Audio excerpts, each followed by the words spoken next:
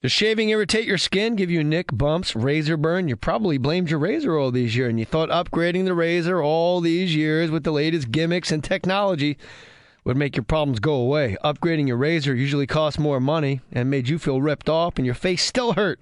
You know what you need? Cremo. Shaving gels and foams are mostly air. Air is not a lubricant. This can cause irritation and discomfort. Cremo is an impossibly slick, foam-free shave.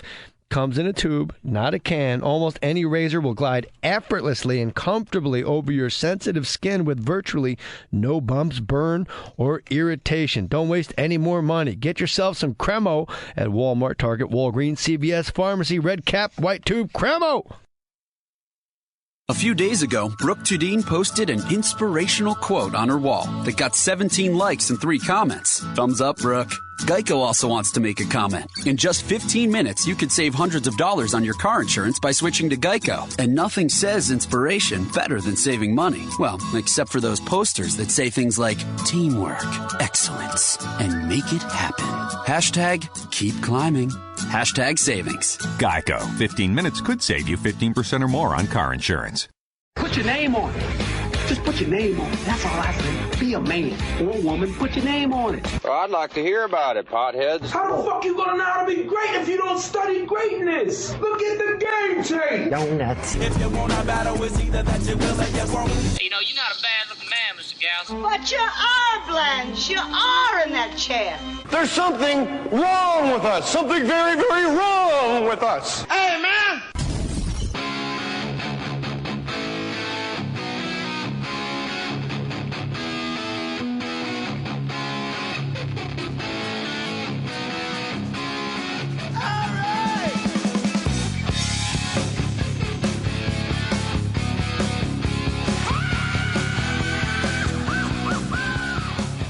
All right, we're rolling. Yeah, this is Mohr Stories. That's right. And Dean Delray, the rocker. Light the candles of rock! All right! Light the candles of rock! Dean Delray and I are in San Francisco doing Cobb's Comedy Club. By the time you listen to this, there will be many, many people that have already seen our stand-up comedy in the city by the bay, and they're taking those good vibes, that energy with them, and it's just like a campsite fire, and the embers are burning still.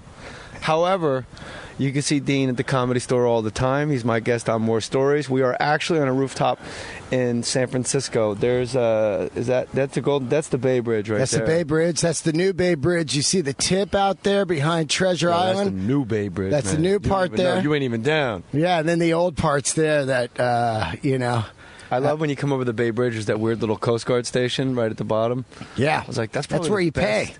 That's the best. No, it's after. It's at the end of the other side. I say to my wife every time, that's probably the actual best job on earth. To be in the Coast Guard, because you know how to like either fly a helicopter or repel out of a helicopter, and you could swim to like Catalina and back. It's the fucking Catalina wine mixer, man! Ow! And you're stationed in San Francisco. But great job all weekend long on the shows, Dino. Thank you. You're no opener. I love it. I love going on stage after a guy that gets like a crazy round of applause. Your applause on stage is so big that you have to actually, usually, all right, for the listener, usually an opening act will go, hey, that's my time, thanks a lot, and everybody claps, and the guy will go, all right, you guys ready for your headliner? You've seen him, and you actually have to go, all right, that's my time, thanks a lot, and they go crazy. You have to wait for that to end, and you say, are you guys ready for the guy you're here? Like, you have to wait for that applause to stop, because it's not my applause. Yeah, that's what I love, is like, you're getting your own separate thing. You got to look at it this way, though. The way I look at it is, without your crowd or the headliners that I open for that have an incredible crowd, without that, it doesn't matter, right? Like, your crowd is fantastic. They like music, because you talk a lot of music, and they hear me on the radio and stuff, so they kind of know who I am, so it's cool, right? Yeah, but your act, when you're just doing the Comedy Store, I'm sure you do, when there's a lineup of 8 people at the Comedy Store, I'm guessing you probably kill the hardest. No way. Really? Dude, you know who goes on? No. Oh, my God, dude.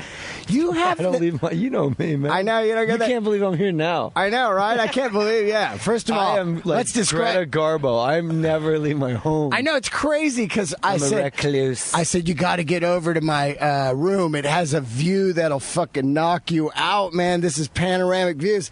And you almost didn't make it. And now you're here and you're like, holy shit, this is like, great. Let's just do it in the green room after the shows, man. You know, the energy will still be there from the live shows. And Dean Delray was like, no, you don't understand. And I'll tweet out a photo of this so you guys can enjoy what the hell we're looking at. It's insane. But the reason when we first hooked up, it was because you had done 2,000 shows in 4 years, thereabouts. Yep. Yeah. Now, has your workload less? Because I've known you 2 years now. Yeah. Has your workload lessened? Because now you're opening for that's a trolley car you hear in the background. Yeah, isn't that great? Legit, man. That's legit. Trolley car. To beware little trolley cars. I love those things. Halfway to the stars. Aren't those cars cool, man? I love them. They're old, and they work still. Has your workload lessened? Because now, people that don't know, at Dean Delray on Twitter, you also open for Bill Burr and Russell Peters regularly. You know, there's an old expression, I say it on the podcast all the time on Mohr Stories. Tell me who you're with, and I'll tell you who you are. And if you're rolling with Bill Burr and Russell Peters, apparently you're legit, bro. Yeah, and you? Well, I would sound like a douche if I'm like, look, man, you're hanging out with me. First of all, you're hanging out with me. My workload has not lessened. Here's the thing. So the first year I did 298 or something. Second year was like 536. The third year, only 365 days. I know. Year. Third year is like 558. Fourth year, 532 something, and then this last year is 482. I'm trying to hit 500 every year. I'm already at 89 for this year. Oh wow, we're recording this March 15th, 14th. March 14th. My mom's birthday tomorrow. I love you. Happy birthday, Mom. Happy birthday, Mrs. Delray. You raised a hell of a son. Yeah. Now, your comedy, you used to always close with Nuts to Butts. Yep. And it was a big rock and roll number, and people go crazy, and you do an actual Rose voice, and it's great.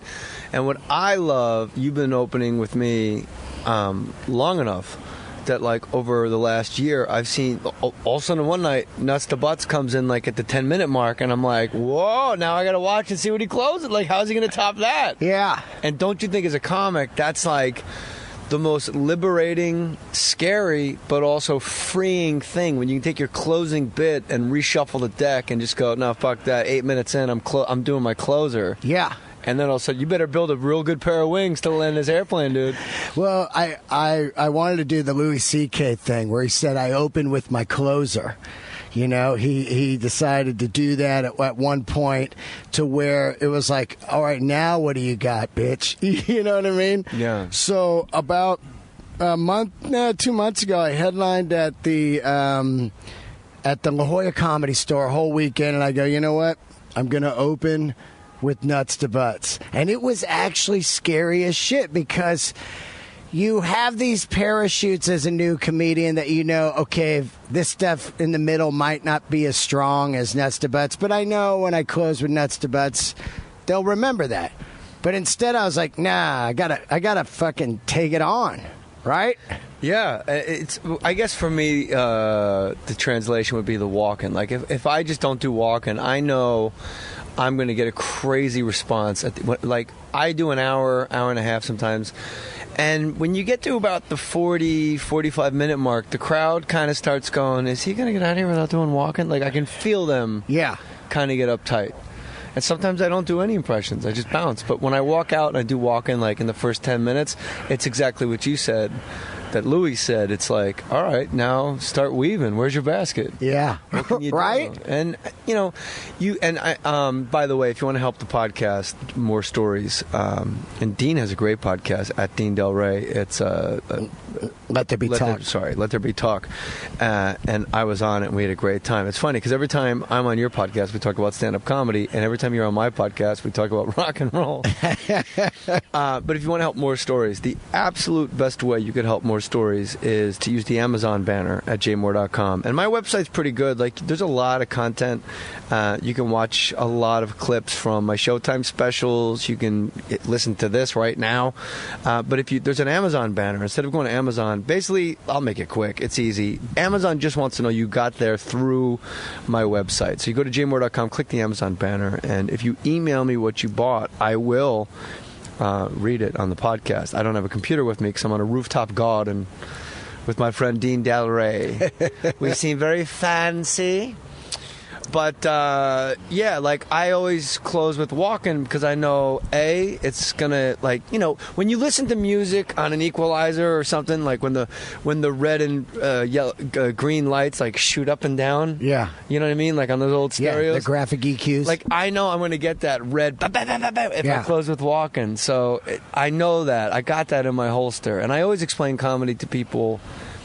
They go like, do you know what you're going to do? And I know what I'm going to do because I know what I have in my head. It was about 4 hours of stand-up.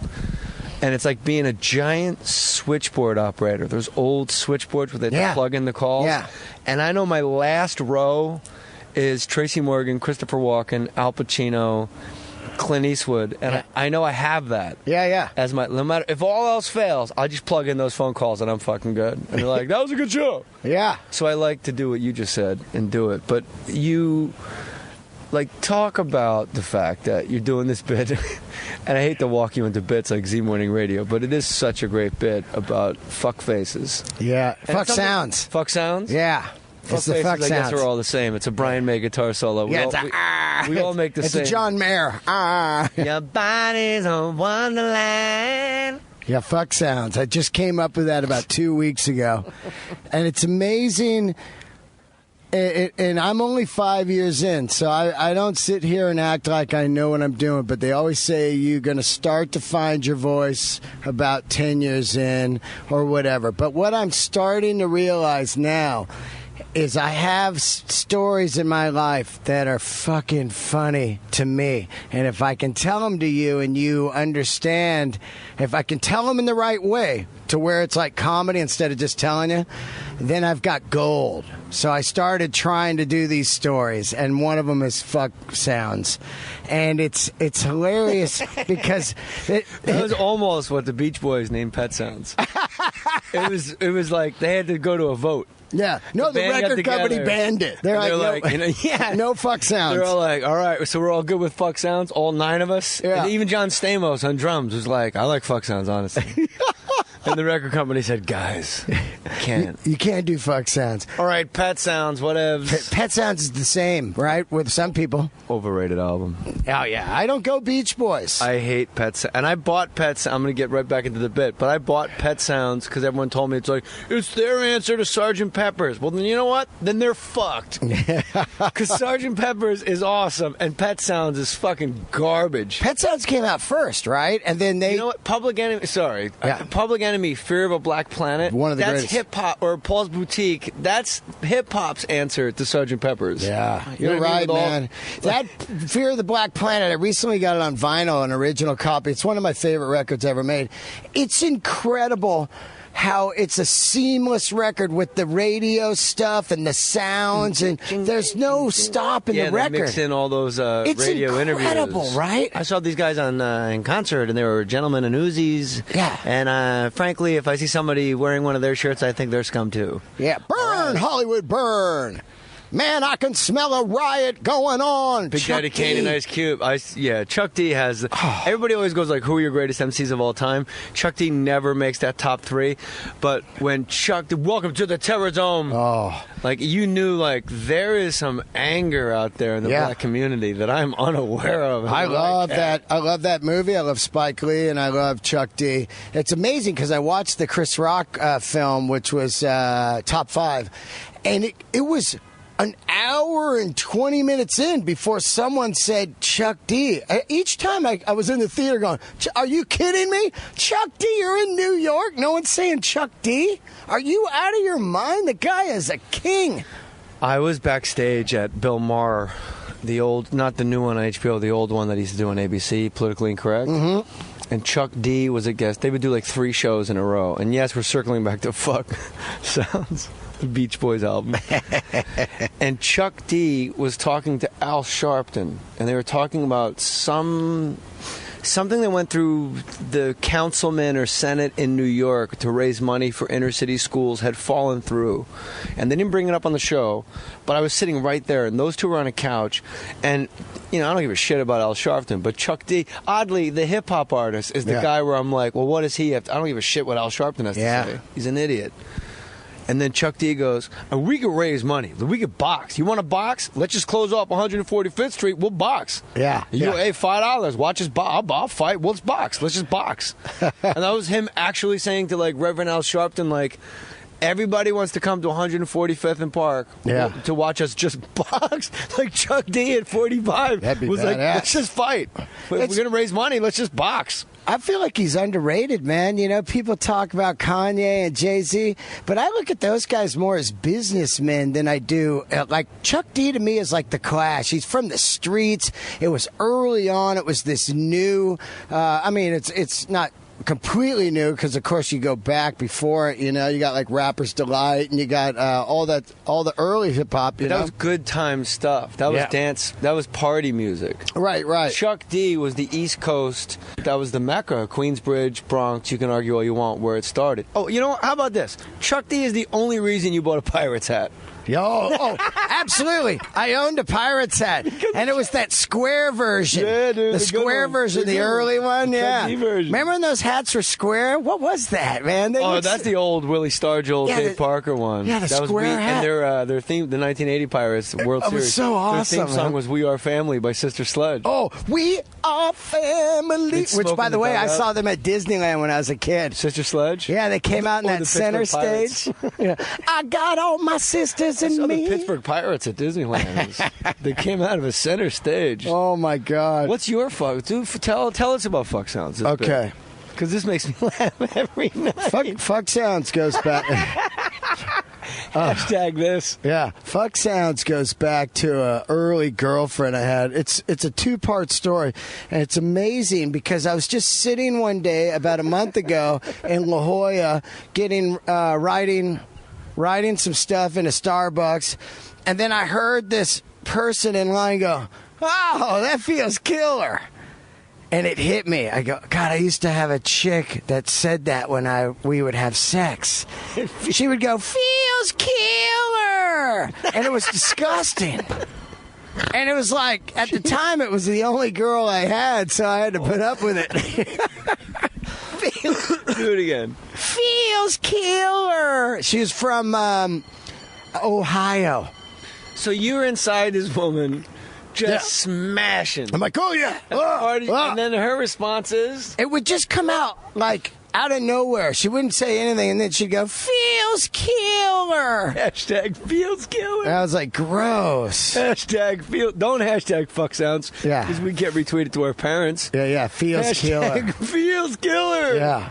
So I want to know where other people on stage. Yeah. That makes me laugh so hard. It's a new joke, which is great. Oh. But my point is that's brand new. You'll even ask the audience. So I asked the audience, and it's really funny because people get uncomfortable. I'll do the joke, and then I'll look at someone and go, "What's your fuck sounds?" And sometimes they'll say stuff, They'll be like, "Oh, well, I'm kind of a moaner," or "I'm a groaner," whatever. They get into it. It's funny because it's so absurd. They know it's... You said on stage last night, you asked a guy once in the audience what her fuck sound is. You pointed to it. What his wife's fuck sounds were. Oh, what is yours? I don't know. It's just more like a, Guys just have fuck ramblings. Yeah. Yeah. A lot of hard breathing. I say good girl a lot. Good girl? Good girl. Good girl? Oh, yeah. Good girl. You want to know what my wife's fuck sound is? Yeah. Doesn't really have one because her thumb's in her mouth. Oh, gross. Gross. That's hot. Hey, listen to these commercials. Spring training is underway. That can only mean one thing. Baseball season is almost here. There's never been a better time to check out DraftKings.com, America's favorite daily fantasy baseball site where you can win huge cash prizes every day. Daily fantasy means no season-long commitments. You can change your roster every dang opening day if you feel about it. Oh, yeah, instant cash, instant gratification. New season every time you play. Pick 2 pitchers and 8 position players, and you're up and running. DraftKings has already crowned over a dozen millionaires. Hundreds of thousands of fantasy sports fans just like you have finally gotten their act together and gone to DraftKings.com.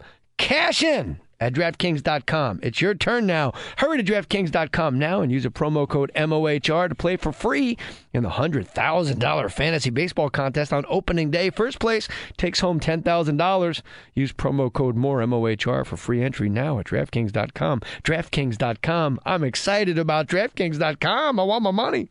When shopping for car insurance, consider this. Geico has been saving people money on car insurance for over 75 years. So if you're serious about savings, it's simple. Go to geico.com. After 75 years, they know how to save you money.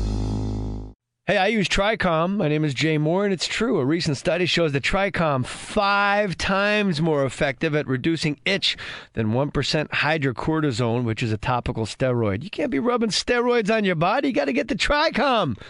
Hey, listen, steroid-free. Products containing steroids like hydrocortisone can thin the skin and can only be used sparingly. Use Tricom to relieve winter itches, which get worse during the colder, drier months. I put them on my bug bites, and it works. The bugs think I'm delicious, and guess what? Tricom on those bug bites, and they don't itch, and I can fall asleep.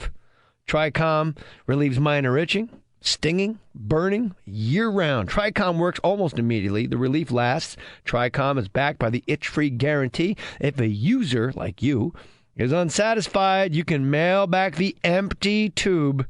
Empty tube. Use all of it. They'll give you a full refund. Tricom.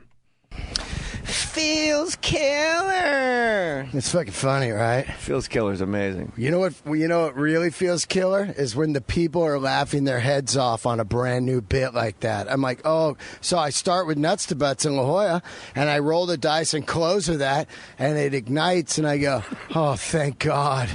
You can't headline and close with something brand new. No one's gonna laugh. I did it anyway. This is what I love about your stand-up comedy is, first of all, you made the transition into, like, bits to, well, you've always talked about yourself, honestly. And I think comedy, the best comedy, is when you're talking about, like, no, this actually happened. And I hate when comics are like, you know, I was on a Southwest jet yesterday. It's like, no, bro, you weren't, because I saw you a month ago telling this bit. Yeah. Just say, like, if you guys flew, did you, just tell us, like, I once flew... Southwest. I was once on an airline. And, like, my favorite comics, and there's different, like, Orny Adams was like, oh, no, all I do in my hotel room, and this really took me aback when he was on the podcast. He said, like, he sits in his hotel room all day, like gearing up, like, to be shot out of the cannon when they introduce him. And I looked at him, I'm like, really? And he said, but to his defense, he goes, this is all I have. Yeah. I just obsess and obsess and obsess. And maybe he's obsessive anyway. But I think you're more like me. Like, if we were napping and somebody said, wake up, I need you to do 20 minutes at the Beacon now. Right behind this door is 1,500 people. We would just go, all right, and walk on stage. And probably the first thing we would say is, somebody just woke me up. Yeah, man. Right? Absolutely. Like, you just do what happened. Absolutely. I do relate with Orny with this is all I have, but I don't sit in my room all day and get ready for it. I know at 8 o'clock I'm going on, and I wish I was going on at 7, 8, 12, and 1, but, I deal with that when I get there. And that'll change when you're doing an hour. Yeah, I know, right? Oh, I did do... You're like, can't we just knock out the back wall and combine the 2 shows into one big fuck fest? I'll do 2 hours. It's funny you said that. Killer! Because I headlined a couple weeks ago at the La Jolla 4 shows, and it was 4 1 hours. So like 2 Friday, 2 Saturday. Yeah, and Sunday I was done. I got home, I was like, see you later. Went to bed, man. You know what George Carlin said? It was so easy for me to do my old act because there was so little of me in it. Wow. Because he was doing Hippy Dippy Weatherman. Yeah. He was doing, like, bits. He was doing the sergeant in the Army, the chief, the Indian chief. Yep. But when you're up there, I don't know why talking about yourself. Why is talking about yourself for an hour so tiring? Look, I'm not complaining. I know And by the way, I can complain whenever the fuck I want. People, I work in fucking telemarketing. Why don't you take my job? No, I live my life in a way where I don't have to do your job. Yeah, right. I decided to go out on the tightrope. Why don't you follow us out on the tightrope? You can leave that job whenever you want. I'm trying to encourage you, listener. I just tweeted something today. I said, most Americans hate their job. So really, the zombies are already here. That's a great tweet. Did you get a lot of retweets? I did. It touched, it touched. Go do something you want to do, man. Even if it's go for a walk. Anything. And turn off those overhead fluorescent lights, because they will kill you. Yeah, they are. They're soul stealers. When I was on Saturday Night Live, it was pitch black, and everybody just had a lamp on their desk. And I was like, this is kind of weird. And then a bunch of people pulled me aside, and they're like, no, these are like, they actually, it's proven scientifically, those overhead fluorescents in offices, they just drain your body. Oh, I believe it. Soul stealers. But what is it about what Carlin said? It was so easy to do my old act because there was so little of me in it. And when I think back to, 15 years ago when I was headlining, and I was just like fucking the stool. Yeah. And I was just like, all right, like doing just stupid shit. Like, I could go, like, I do 3 shows. I do 2 shows Wednesday, 2 shows Thursday, whatever. I didn't care. But I don't know what it is about. Is it the honesty that's tiring? Is it because you're on stage telling the truth? Is that what's exhausting? I think I care so much that my brain is like it's hypersensitive of like, it's gearing around inside my head like, okay, I'm going to throw this out. Oh, and stuff starts coming out like your brain is really working like in an organic way. Yeah. Like I've got the fuck sounds, but I go all over on it. You know what I mean? And now all of a sudden I started talking about a roommate I had who his lady would scream when she got fucked. And I had seen his dick before. It's not that big. So those screams aren't warranted to his side. You know what I mean? So now I'm just riffing and everything, and it becomes like a ride through your life. I really do think I'm traveling through. I mean, that's probably why I haven't touched on some of my stepdads and weird upbringing, because I'll get there one day and open that can What's of worms. What's the wait? Why postpone joy? I'm just getting there now. I'm starting to feel. Tonight. I could tell shit. shit Tonight. Well, throwing it down right now. I will. I was thinking of this as you were talking too, but I was listening. When you're telling a story that happened to you, like the story about the drive to my Showtime special. Yeah. I don't know if you caught any of that. I shit my pants on the way to actually film it. I had to go in the ocean and I got ragged. And the ocean was angry. I have to tell that story on stage, but the details are so specific. Yep. But I also don't know if this translates to 400 strangers in each time you tell it, because it's a weird thing that happened to me. No one knows what it's like to drive to a Showtime special. Yep. No one's in show business. Nobody knows in most of the country what it's like to jump into the Pacific Ocean. That's foreign. Wait, you just pull over and you go in the ocean because you got shit on your legs? Yeah, we're not in Milwaukee. Nobody knows what it's like when you go, the ocean that day was, how do I put it, angry. Nobody knows what it feels like to get ragdolled by the ocean. Yeah. And so, there's all these things. So when I'm telling the story, I think I'm working with you to try to answer the question why being that honest about ourselves is more tiring than when you write a joke. Hey, I had sex with a girl that stutters, and I don't know if she was going to have an orgasm or she was just trying to tell me something. Yeah. That's just a joke. Just those are scientific. I can literally say that as I'm going through my pockets. I don't, and it would they would still hear it, and I would still get the response. But I have to really explain, and it's the details that make the story, and they're the real things that happen. What I was wearing, the suit jacket, and this, and the Cole Haan shoes, and I fold them up on the beach, and I go in, and it's this whole. And in my mind, I'm thinking, if you fuck up one chink in the armor, the whole story falls. It's true. Then they don't believe you. And you fucked up the whole thing because they're going to go, wait a minute, why didn't he just do X, Y, or Z? You have to really, so you have to remember exactly how it happened, paint the picture, realize most of the country listening that you're doing it in front of, if you're in Cincinnati, wait, you can pull over and jump in an ocean? Yeah. What? Yeah. Were you on vacation? No. I live on the west side of it. I just leave my house and I go up PCH, and that's how I roll. And also, when you're doing stuff about your wife and your kids, they don't have kids. Maybe they don't have kids. Yeah. I don't know. It's it's existential. You know what I'm working through it right now. You know what you're describing right now to me, and it's amazing. What you're describing is exactly what goes through every man's mind at one point when they see us on stage. They go, "I've got some funny stories. I'm funny at work. People say I'm funny. I tell stories at parties." And the transition is being able to be funny on stage with those stories to strangers compared to the people that know you at the party and they know your character. They've known you since high school, so they know that's funny because they know you're an idiot in that way or Here whatever. comes Jeff. Hey, Jeff. Exactly. Dude, Phil's killer. He fucked a girl and she screamed out, Phil's killer. Yeah. And then, so what I'm saying is, that's when you become a comedian because you have the balls of going, I'm funny at work. You go do it, you eat a dick, and then you figure out how to make your personal stories work with strangers. Yeah, and also the big thing, and Dean and I are two guys that encourage all of you that think you're funny. Go bloody well do it. Absolutely. Find an open mic. Go get a Marie Callender's on a Tuesday night. Anything. People waiting in line at the movie. Go work that line. Fucking chase that dream, man. Dean and I have, people have been in line for films, and Dean and I have both worked that actual line. Absolutely. For free. Yeah. It's just like, oh, and by the way, I'm across the street when you guys get out of the movie. You've been there. Yeah. But the thing, too, is the performance, the projection. That's the thing. Like, this room, Cobb's, is a very big room. Like, Comedy Works, it's 400 plus. And it's a hard room.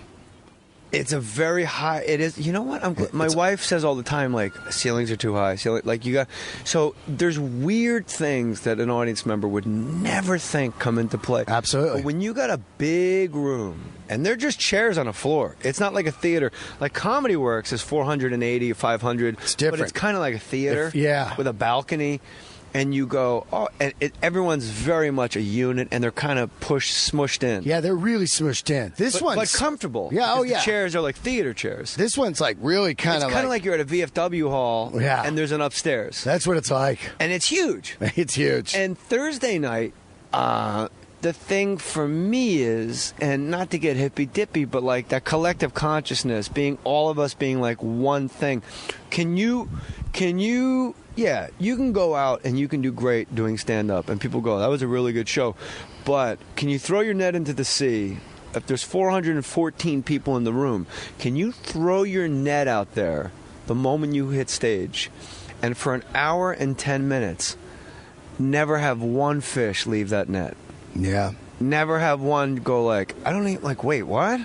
Or like, so then start talking. Yeah. And then we were going to go, and then we decided to do something else, and have somebody next to them shushes. For an hour, can you, when you go, I love you guys, thank you so much, and then you take that net off stage, is everyone accounted for? Like a head count in jail.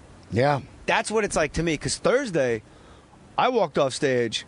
There was about 400. We sold out. It was about 400 people, 400 and change. But I'll be the first to admit, I walked off stage with about 125 fish. I didn't have that fucking room. That room was never a group. Yeah. It was weird. It was weird.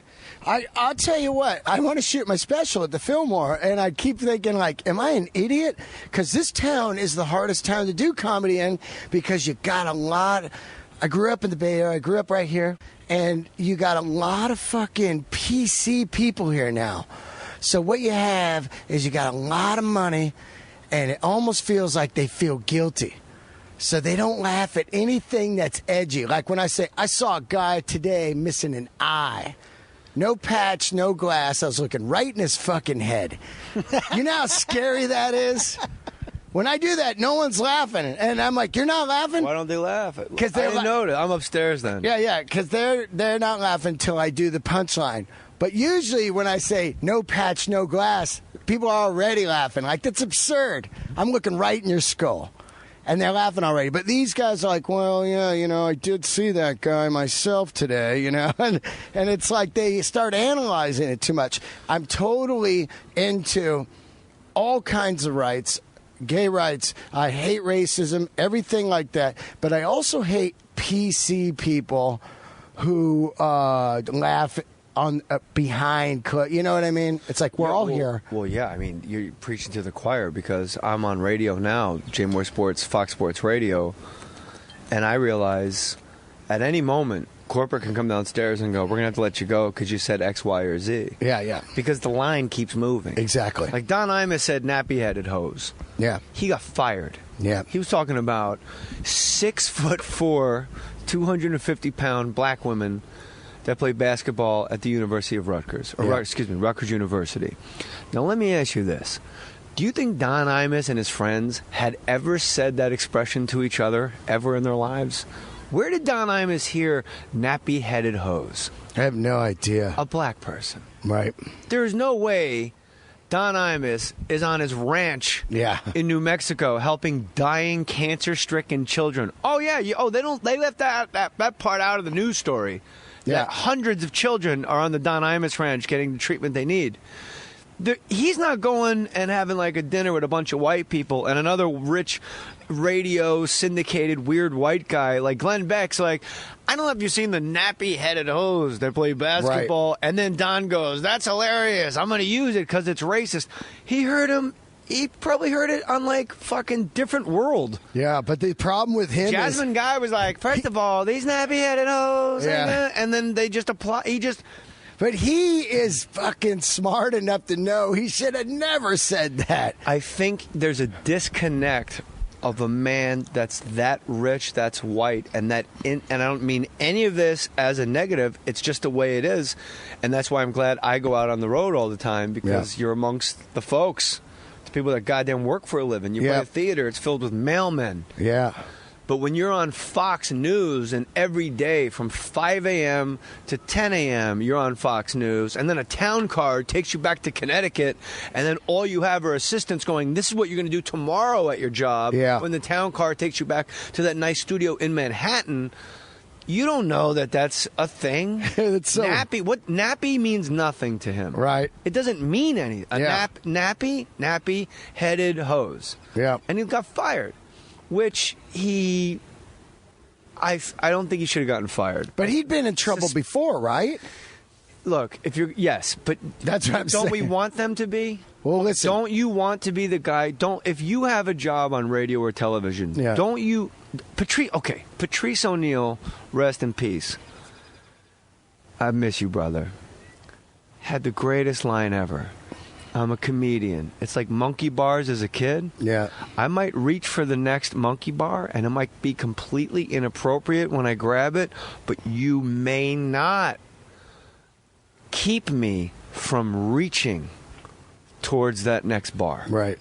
And that's what you do when you're on stage. And I'm like, on the radio, I'm doing like 1940s announcer, and we play 40s music, and I'm like, come on out to the ballpark and see a real live Korean man. A real live Korean, Dan Patrick couldn't say like Shin Soo Choo plays for whoever, when you go down to the ballpark and you see yourself a real live Korean man, you get fired. Yeah. But I've learned to dress it up in like bits. And I'm like, well, I didn't say it. It's this crazy character as this 1940s lunatic, and that is what he. Don't let women vote, buy war bonds, smoke Lucky cigarettes. Yeah. So I dress all my stuff when I'm redlining and pushing the envelope and going close to the line. It's a bit. Like if I'm doing gay jokes, I'm doing it as alternative lifestyle droopy dog. Oh boy, I'd like to be on the other end of that hot dog. And then so it's almost I've tabled it in a way where when corporate comes to me, I can say, "You're actually what you're saying doesn't make sense." Yeah, it's an impression of a cartoon, and they go, "Well, he's gay." No, it's alternative lifestyle. Nobody said gay. Yeah. So you got to really figure it out how you're going to walk that. Russell Brand put it best. I think the problem is the line. They don't tell you you're over the line until you've already passed over it. Yeah. I think we do away with the line entirely. It seems like the line is getting everybody fired. Well, I think that if you're in the news, I understand what the fuck they're talking about. For me, though... you said he should have been fired. Yeah, I do. That's what I'm saying. Okay. I do. You know why? Because of the format that he's in. They were trying to be light and funny. I understand. And what the problem is, Imus trying to be funny about women's basketball. Yeah. Funny, sports, women's basketball, that's like bink, no. You're right. Like, just let somebody else take the baton and run with that. Well, my thing is, I think that he'd been in trouble before, and that's just stupid. You got to know, you don't want to say nappy-headed hoe. I don't think he knew what it meant. No, I understand that, but There's no way he knew. Right. Like, how could he? How could he? Opie and Anthony. Those guys, here come the cops. Here we're getting busted up. Yeah. That's the sound of the police. Let me tell you something. This neighborhood we're in, you know what that really means? It means he's just trying to get a parking spot. Because there ain't it's called Knob Hill. I thought he was trying to get a cock. There ain't no... Knob Hill. Opie and Anthony have been fired a lot. Yeah. And suspended a lot. The one guy's gone now, right? Anthony does his own podcast. He was on More Stories, and it's a hilarious episode because it winds up with me and him doing dueling dices at the end. So go back in the archives and get that. Unlock those old episodes. More Stories is a free app. You should have it on your phone now. And tell all your friends to do it too. But one of the times they got fired, but they had a contest called Sex for Sam Adams beer. Right. Right? And what you got to call us having sex in the weirdest place.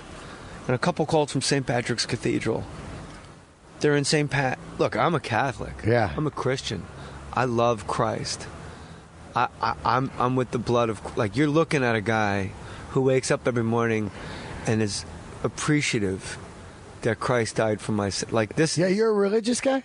Oh, I'm real. I converted to Catholicism. Wow. Like, it's fresh too. Wow. Like, I am all about it. But you know what? What? They weren't there. Somebody called from. They didn't say first person to go to St. Patrick's Cathedral and fucking a pew. They just said anywhere. They were in a studio on 57th and Broadway. Somebody calls up and they get fucking fired. Well, Sam Adams, your sponsor. Yeah. Corporate went, great. Like, you don't just go, hey, we're having a contest, Sex for Sam. The corporate comes down, the salesman comes down and goes, here's a contest. What do you guys think about this? You sign off on it. They promote it. Sam Adams, it goes through like a chain of emails, and they're like, Sex for Sam. This is going to be wild, you guys. Yeah. And then they get fucking stabbed in the dick by corporate. And the other time was they had a homeless guy in studio, and they would always feed these guys. Yeah. They'd do homeless shopping. They would get like a dozen homeless people and set them loose in the malls at Short Hill. Yeah. Like the fanciest, whitest, cocksucker, corporate, motherfucker, fucking keep your money in your pocket, shithead, like the worst white people on earth you can think of mall. Yeah. And they would just take like 20 homeless people, give them like $500 each and say, go. Wow. And there's nothing anybody... These are fucking human beings. What are you going to do? Kick them out? They got money. They're I want to buy Guilty Gucci Black Cologne. And one time a homeless guy was in studio on Opie and Anthony, and he said about Condoleezza Rice, he goes, I'll hold her down and rape her. I'll fucking rape. They got fucking suspended for 6 months. They didn't say it. Yeah. Well, that's a different format, too. And by the way, it's satellite radio, which in its inception we all signed up like, woo, unshackled. Uncensored. Yeah, uncensored and unshackled from the burden of the man. No. Yeah. You know what? Everything, and Greg Proops says it all the time on his podcast, it's just a matter of time before the FCC figures out how much fucking currency and revenue and good times and free exchange of ideas are happening on podcasts, and the FCC one day is going to put a toe in this fucking water, and we're all going to bounce. Yeah, I don't touch on race I talk about don't be homophobic in my act because I grew up here. I don't want people to be arachno-homophobic. Don't be afraid of my point is, I don't see color at all. Some of my best Oh, it's too bad. Some of my best friends are all different races. I never even think about that stuff. But that's showbiz. I know. But also growing up here in the Bay Area, I was blessed with that. It was, it's every race is right here. And I just don't touch on it. But that's all. It's not you. Yeah. You don't have nothing funny. Like, look, last night I opened the show with the Chinese guy in the $3,000 suit feeding the pigeons. Then he grabbed one and snapped its neck and put it in the fucking bag where the birdseed was and walked out of the park. Like, that happened. Wow. So I'm not up there like going like, fucking Chinese people. Like, no, I actually saw a guy in Union Square feeding pigeons. Yeah. And then and it was like a businessman. Do you think it works if you don't use the race? You just saw a man. But I don't want to not use the race because that's the guy. I understand. If it was a white guy, I would explain that guy. Yeah. That's hence the exhaustion. I have to paint like you have to. I get it. I'm just asking. This guy's wearing an Hermes tie. Yeah. This guy's in like a Donna Karan suit, not DKNY, Donna Karan, hoity-toity. That's different. He's wearing Cole Haan shoe. Like I gotta paint that perfect, cool Asian Elvis hair, a gold Rolex, bling down, and he's feeding fucking pigeons. And he just grabs one, snaps its neck, puts it in the bag, stands up, and walks out of the fucking park. Wow. So, but you brought it up earlier about this place being PC. I did a show at Cal once with Nick Swartz in opening.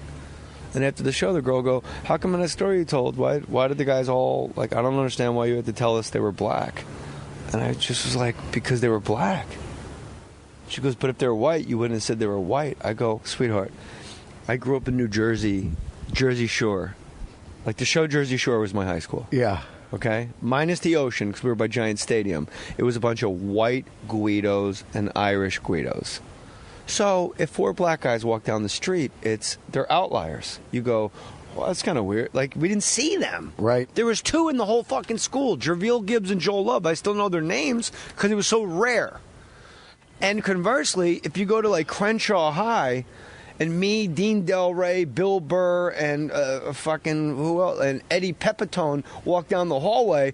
The next week, they're going to be like, remember those 4 fucking white guys just showed up at school that day? Like, that's going to stick out in their minds. Yeah, so, I hear you. I'm just so new at comedy, so I'm always interested. I think that since I don't come from that, I just don't touch it. You know what I mean? It's like, no, but that's good. Yeah, I know. That's not you. I love to drill people that are homophobic because I just don't get it. Like when people are weird on different stuff. You know, I mean, because it has nothing to do with me. You know what I mean? Like I'm saying, something bothers somebody unless they're robbing me or lighting my house. It does have something to do with you because it bothers you as a good human. Right. It homophobia, absolutely, absolutely. And I hate it, and I do the whole thing in similar hates. And yeah, I hate the word homophobia. I think it lessens the pandemic of gay people not getting their just rights. Like if you're a boyfriend and your lover is dying in a hospital, you can't go fucking sit next to his bedside because a piece of paper says you're not his husband because you're not allowed to be married. Like, it's so absurd how we treat gay people. These are just fucking human beings that have fallen in love. And I'm not trying to convert anybody through this podcast. Not at all. If you got a thing against fucking gays, ride that horse into the sunset. Just use the Amazon banner. That's our media. Give me your fucking money. You have every right to... Hey, you know what? God hates fags. Well, if you use the Amazon banner, you can say that all you want. There was a guy that called us on Fox one day. You and I were on. It was when the gay guy was getting drafted in the NFL. And so we were on the radio, so we're tied down. But I never forgot him when I said... you have a problem with that guy? And he said, yeah, he's going to be in the locker room with the other guys. And I said, yeah. And he goes, you know, he had a choice. He actually said the guy had a choice and as to whether or not to be gay. Yeah. Well, I think that's what gets chipped away slowly but surely. We are marching towards progress. Yeah, we are. And I think more and more people realize that your gay aunt, you know, and your cousin that's a gay guy. And I always say, and I said on the radio show, I go, if you know a gay person, ask them when they knew they were gay. Yeah. And they're going to tell you about 6 years old. Well, I'm working on a bit right now. No 6-year-old goes, I want cock. I'm working on a bit. And if he does, that's a progressive 6-year-old. The Chris Rock bit, like, everybody in this room got a gay cousin. He was gay when you were 6. He was gay then. He just didn't have anybody to be gay with. Chris Rock is great. He goes, you're playing football? He's skipping rope. Yeah, oh yeah, I know that bit. I love it. Man, he is the best. We are in the era right now. There was a bit of a lull, but right now there are some of the greatest goddamn comics. It's pretty unbelievable. But you want to shoot your special at the Fillmore. That's a big-ass room, bro. I do. It's Black Crow style. It's 420, though, seated. It's 1,200 standing, so it's a lot smaller. I would think perfect case scenario would be like the Brea Improv. And just get a swinging camera and a couple guys with handhelds and do it like that because it'll, you know, that's... The reason I want to do the Fillmore is I headline there as a I headline there as a musician, right? Yeah. I want to be, and they put your poster up when you sell it out. They put it up on the wall. You know, you have posters in there. I want to be like the first guy, come back home, and I do rock and roll comedy and be a guy that did it as a musician and as a comedian. Is your poster up there as a musician? Yeah. What was the name of your band? There's 3 of them Jet up Boy? there. No, Dean Delray. And then there's another one up there when I played with George Thorogood. I'll show them to you when we're done. I thought you were in Jet Boy. Well, that was my first band, but that I was only in that band for about 6 months, and I left, and then they signed a big record deal. I was like, damn it. That might be I'm glad you got out just because the name is so stupid. I like the name. I told you why. The guy worked at SFO. He was a luggage carrier. You worked at the airport? Yeah, he worked at the airport. And what did I say to you? The name of the band should have been Luggage. Yeah, that's a great band, right? There is no luggage. Huh? No luggage. There was because you can't be famous if you got luggage. Well, I think you have to be famous. You become famous because of all your luggage. Okay. You spend your entire life trying to drop it off curbside, and you just don't realize how much you have. Too much luggage. Too much luggage. Great band name. Doug. There was in the Village Voice in the back. All the bands that were playing in Manhattan. Doug Luggage and the Smoking Section. That's a real band? Yeah, well, it was in 1988 when I was waiting tables and I was looking at open mics. What are your favorite band names right now? Ever? I got to go Radiohead and Soundgarden 1, 2. Soundgarden is an incredible fucking band name. I'm going Soundgarden 1. That is an incredible band name. I also love the name Led Zeppelin. I love how Keith Moon was like, that band's going to go over like a lead balloon. You know, he named it. When you played like Galaga in the arcade, did you ever, when you got up on the board, did you put in like Led Zepp when you had to put in your initials? Always AC/DC on everything. I swear to God, every time high score, AC/DC Galaga. It was only 3 letters, so. Yeah, but then you get first place, you put Led. Yeah, and so if you got second, you'd put Zepp. Yeah. And you're like, fuck, I got to get number 1 to put Led. I always put DDR, Dean Delray. It's funny because that's how I sign everything, DDR. I didn't know that. Yeah. Led Zeppelin, fantastic band name. And the story behind it, of course, as you just said, is great. You guys are going to go over like a lead balloon. Yeah. Lead balloon, not a good band name. No, right? Exactly. So that's the genius of it. He says lead balloon, and then the next day they're like, maybe we call it Led Zeppelin. I mean, come on, you know what I mean? So you agree, Soundgarden's 1 for you? God, I love that name. I remember Radiohead, don't... I know. It's cool, but when... I know you don't dig the new... Look, I don't like Radiohead. It sounds like robots fucking. I like old Radiohead. Yeah. Like, OK Computer was the through-the-looking-glass moment of playing on an Apple computer and doing the sounds and the technology. But then you got to bring it back to the garage. Like, go on YouTube and listen to, like, John Mayer do Kid A. Go listen to Weezer do Paranoid Android. Like, it's rock and roll. They're great songs. Stop fucking it up with sound effects. Yeah, I hope the new record brings it back. You know, I love. They just keep going. I love Fake Plastic Trees. You know, that's a great song. Unbelievable, dude. Get an acoustic guitar and play it. Unbelievable, dude. There's a guy on stage playing a computer. It's funny, we're sitting here in San Fran, and it's like... San Francisco days, San Francisco night. Like, I just look right over there at the bottom of Coit Tower. There's Broadway, and that is the ground zero for Metallica right there. And over on the other side is Berkeley. Hold on. Yeah. Metallica, that's unbelievable up there. Band name. All right, so we got 3. I don't know how long this list is going to be. Yeah. Soundgarden's our number 1 no matter what. It's pretty fucking good because it's just so cool. And when you listen to Louder Than Love, you're like, whoa. Soundgarden. Nothing touches that, man. Radiohead, you're on the fence? Yeah, it's not my favorite band name. Okay. I don't want to be a list bully. Yeah. Led Zeppelin, Soundgarden, Metallica. Unbelievable. That's one of the greatest band names. That sounds like a great fucking festival too. Metallica. Right. AC/DC. It's I love it. You know why? Because it's just then you gotta love Queen. Well, I love Queen. The band name. I love that band name. Dinosaur Jr. Yeah. No? Nah. Wow. That name doesn't do much for me. It's such a neat name to me. I tell you, great Journey. Journey's a cool band name. And we're looking at Journey headquarters right now. On the rooftop, we are in Nob Hill in San Francisco. Grateful Dead. That's a great band name. That's a great band I don't name. even like the Dead. I love the Dead. Can I tell you this though? Yeah. I've always thought the Dead was the most overrated thing ever on earth ever. Like more than fucking Fig Newtons and Nutella. I hate Nutella. Nothing's more overrated than the Grateful Dead ever. Wow.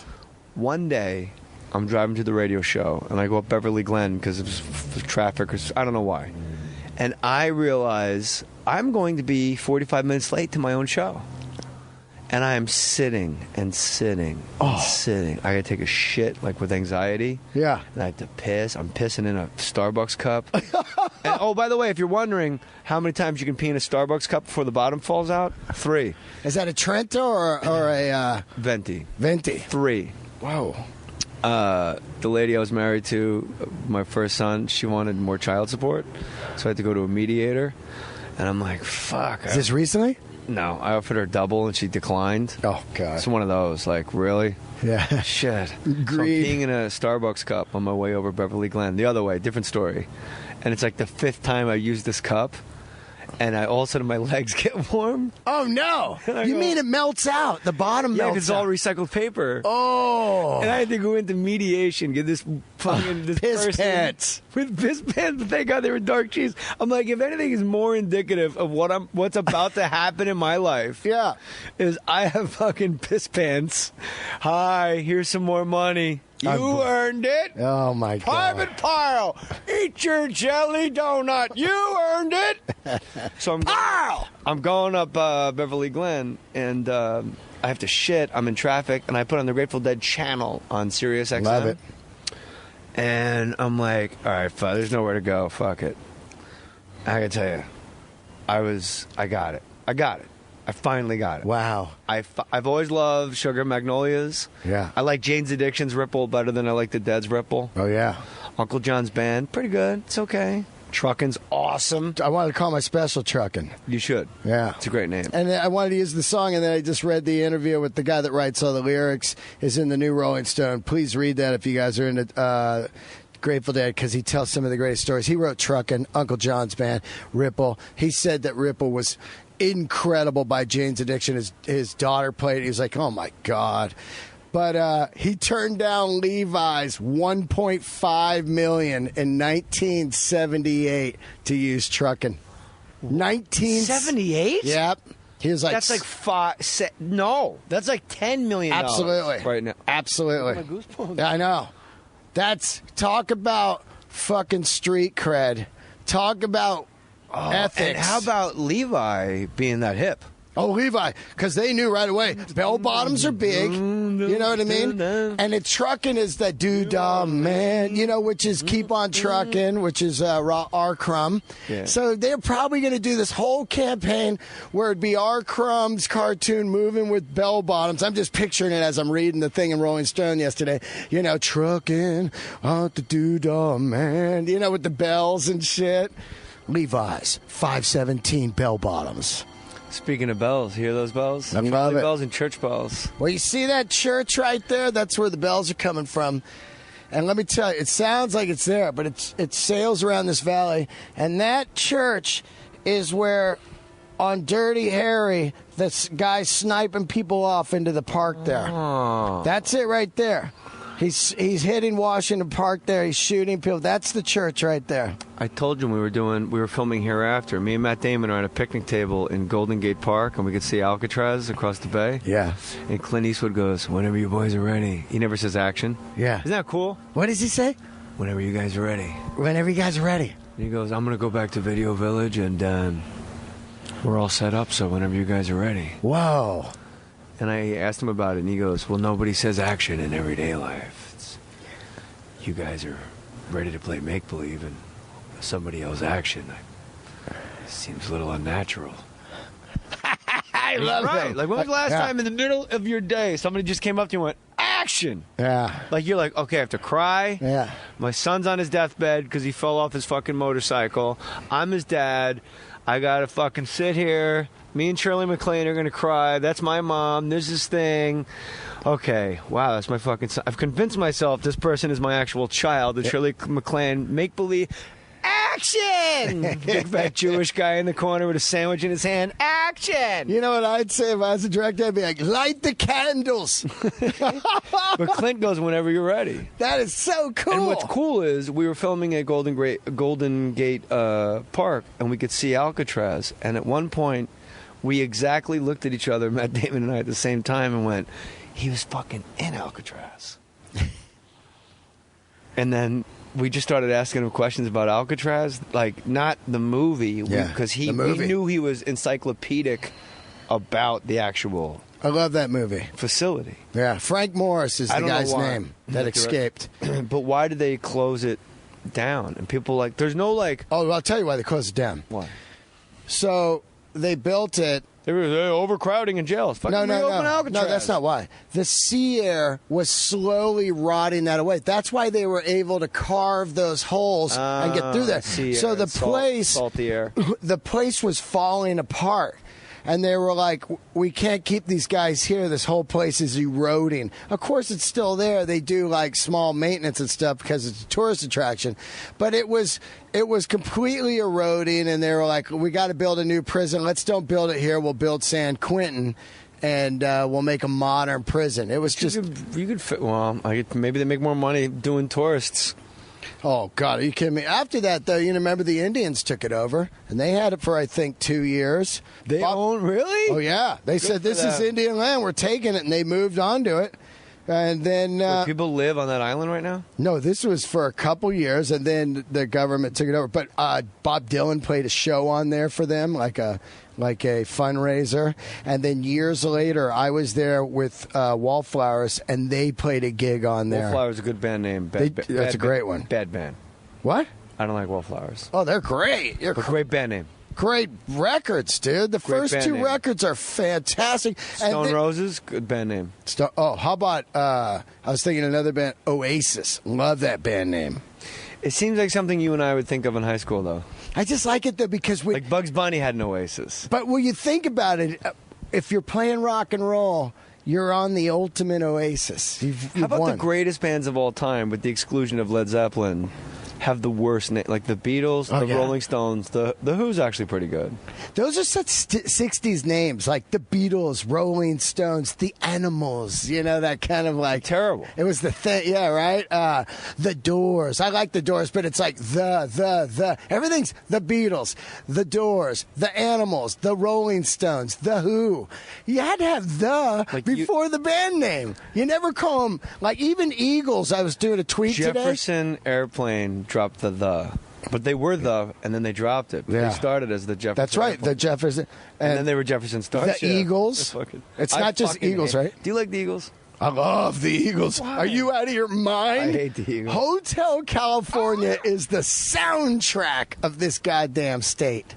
It is the soundtrack of cocaine. But Glenn Frey, Joe, look, love the Eagles... I saw the documentary. We all saw it. It's like one of the greatest rock and roll. No, you're not playing rock and roll. It wasn't until Joe Walsh got dropped into your country rock. Yes. When Joe Walsh got dropped into your lap from the comedy gods, that's when rock and roll happened. Because the James Gang is a great name for a band. That's a great band. I know what you... We're going to close this episode with James Gang Funk 49. Taking my time. Yeah. Losing my mind. Keep going. I got to tell what to do. Seems to me you don't want to talk about it. Seems to me you just turn your lovely head and walk away. I don't know all the lyrics, but and it's a threesome. God, it's so great. My friend Marty Greenfield, one of my best friends, said back in the day they would just do acid and go to all these shows, and you would just hear the James Gang, the record, and they walked in, and it's three dudes on stage, and he said he was with like 8 guys. Yeah. And they just kept looking around Fillmore East like, where's the rest of the band? Yeah, right? Because they couldn't process that sound was coming from 3 people. It's like Jimi Hendrix and The Experience. That was a trio. Yeah. The Police. Rush, The Police. Nirvana. What a fucking sound. Wow. Wall of sound. That song, I love that one, man. Look at what a great day here. What song were you just doing? It's that one. If you ever need anything, please don't hesitate to ask anyone else first. I'm so naive. I was here first. So great, right? Nirvana? Yeah. I love that song. Yeah. Out of the ground. Yeah. Into the sky. Out of the sky. So great. Into the dirt. I got a live bootleg of them in concert. It's called And No One Got Hurt. They did a 9-song set, and they do that song, and at the end he goes, into the dirt. And you've never heard anything so fucking abruptly. Yeah. And there's no echo. There's no like, usually it's into the dirt. And you hear like, it's like there was just a kill switch. Oh, man. And then the actual ending, the silence, like the 2 seconds after, are what makes me go like, whoo, wow. So let's listen to a little James Gang. Listen to Dean Delray, Let There Be Talk. And I love you, dude. Thanks for having me on again. And all the Warriors are. I can't believe how great these people are that you have. Where should Dean film this special? I think Irvine or Brea is the way to go for you, dude. Man, dude, I'm telling you, it's a rock show. Yeah, but the film, you just said it's hard to. Do you really want to sweat out tickets? Oh, no, I got that covered. Well, then never mind then. I'm not worried about that. You know? I just want the... Feels killer. I just want rock and rollers to show up. Put your name on it.